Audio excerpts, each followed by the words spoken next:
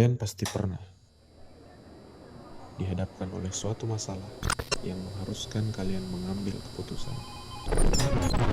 Mulai dari masalah kecil hingga besar. Mulai dari mau makan apa hari ini hingga mau jadi apa ke depannya. Masalah itu bisa datang dari mana saja. Masalah di dalam kehidupan tentu tidak bisa kita hindari. Mulai dari tugas yang menumpuk dikejar deadline, utang di mana-mana, hingga pertengkaran dengan pasangan kalian. Pada akhirnya, membuat pikiran kita kemana-mana tanpa pilihan dan jawaban yang jelas. Nah, masalah ini akan saya bahas dari sudut pandang seorang psikolog bernama Sigmund Freud.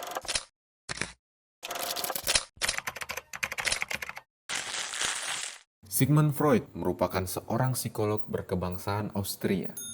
Anak sulung yang lahir dari pasangan keturunan Yahudi Jakob Freud dan Amalia Natation. Pada tanggal 6 Mei 1856 di kota Freiburg.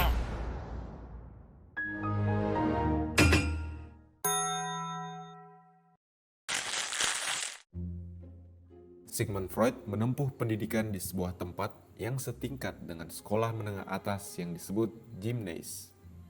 Di tempat ini, ia menerima pelajaran kebudayaan dan humanisme.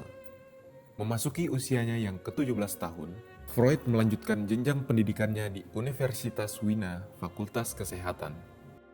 Kemudian setelah lulus, Freud memulai karirnya sebagai peneliti anatomi tengkorak manusia di Rumah Sakit Umum Wina. Pada 1886, Freud bekerja sebagai psikiatri gangguan saraf di sebuah lembaga swasta yang didirikannya bersama Joseph Breuer. Dari situlah Freud melakukan berbagai eksperimen dan menghasilkan banyak penemuan besarnya. Di sini, ia mulai mencetuskan aliran psikoanalisis yang sangat populer pada masanya. Bahkan sampai saat ini, masih banyak psikolog dan terapis yang menggunakan aliran tersebut.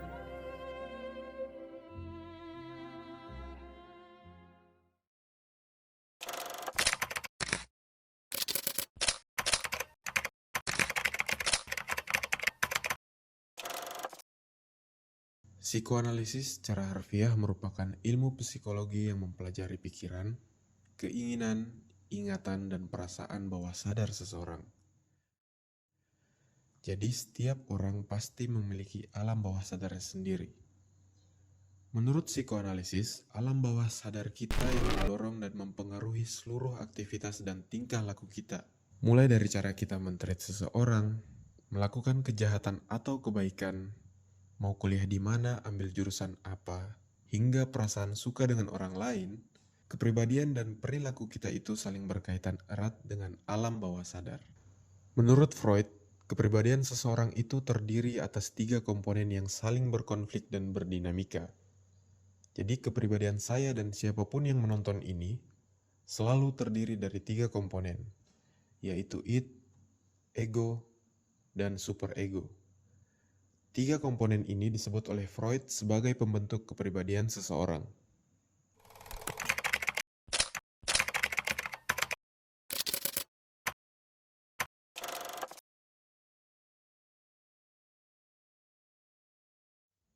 Id adalah komponen kepribadian paling dasar dan primitif yang mendorong kita dari dalam diri. Id ini sudah kita miliki sejak lahir dan berperan seperti insting atau nafsu di alam bawah sadar seseorang. Id ini bekerja untuk berusaha memuaskan dan memenuhi nafsu terdalam kita, seperti nafsu makan, minum, dan nafsu seksual. Id berusaha membuat keputusan untuk memuaskan segala keinginan, hasrat, dan kebutuhan tanpa memandang norma dan nilai yang ada. Jadi jika saya harus mencuri roti untuk memenuhi nafsu makan saya, Id akan mendorong hal tersebut 100% untuk memenuhi hal tersebut. Seperti yang saya katakan sebelumnya, Id ini sudah kita miliki sejak lahir. Dan dari Id ini yang kemudian akan muncul ego dan superego.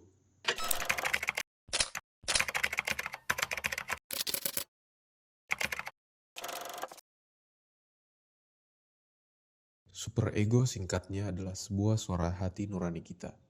Superego mengontrol benar dan salahnya perilaku seseorang. Jika id tidak memandang norma aturan dan malah mendorong kita untuk mencuri roti tadi, superego sebaliknya. Superego itu sendiri mencerminkan nilai moral dan batasan-batasan yang ada. Superego akan melarang saya untuk mencuri roti tadi karena melanggar aturan dan norma yang ada. Superego berusaha mengendalikan dorongan id untuk tidak melakukan hal-hal di luar aturan dan sebagainya. Superego ini terbentuk dan berkembang sejak kita masih kanak-kanak. Dan ini tumbuh dari lingkungan sekitar kita, mulai dari orang tua, teman, masyarakat, hingga hukum aturan yang ditetapkan. Dari id dan superego inilah konflik batin sering terjadi. Jika kita ingin memutuskan sesuatu, id dan superego akan saling bertentangan karena dua komponen ini saling bertolak belakang.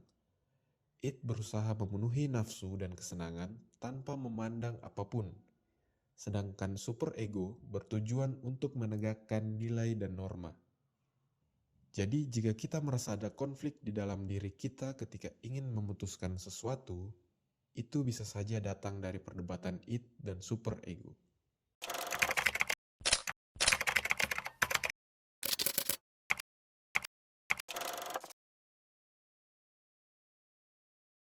Komponen terakhir ini beda dari dua komponen sebelumnya, karena ego merupakan satu-satunya komponen kepribadian yang bisa kita kendalikan. Ego menjadi penghubung antara id dan superego dengan realita atau dunia nyata. Ego juga menjadi penengah antara hasrat naluri id dan batasan moral superego.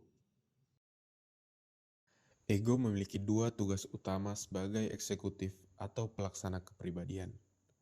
Pertama, memilih stimulasi rangsangan mana yang hendak direspon atau insting mana yang hendak dipuaskan sesuai prioritas kebutuhan. Kedua, menentukan kapan dan bagaimana kebutuhan itu dipuaskan sesuai peluang yang ada dengan resiko yang minim. Menurut Freud, gabungan dari ketiga komponen ini menghasilkan dua tipe orang pada umumnya. Pertama, orang yang mampu menghadapi realita dengan baik. Berarti orang ini memiliki ego yang cukup kuat dan bisa mengambil solusi yang tepat buat permasalahan dirinya sendiri, serta percaya bisa menghadapi masalah yang ada. Tipe yang kedua adalah orang yang tidak mampu menghadapi realita dengan baik. Orang seperti ini cenderung memiliki ego yang lemah. Biasanya orang-orang seperti ini sulit atau bahkan tidak bisa menyelesaikan masalah kehidupan dengan baik, cenderung impulsif dan mudah stres.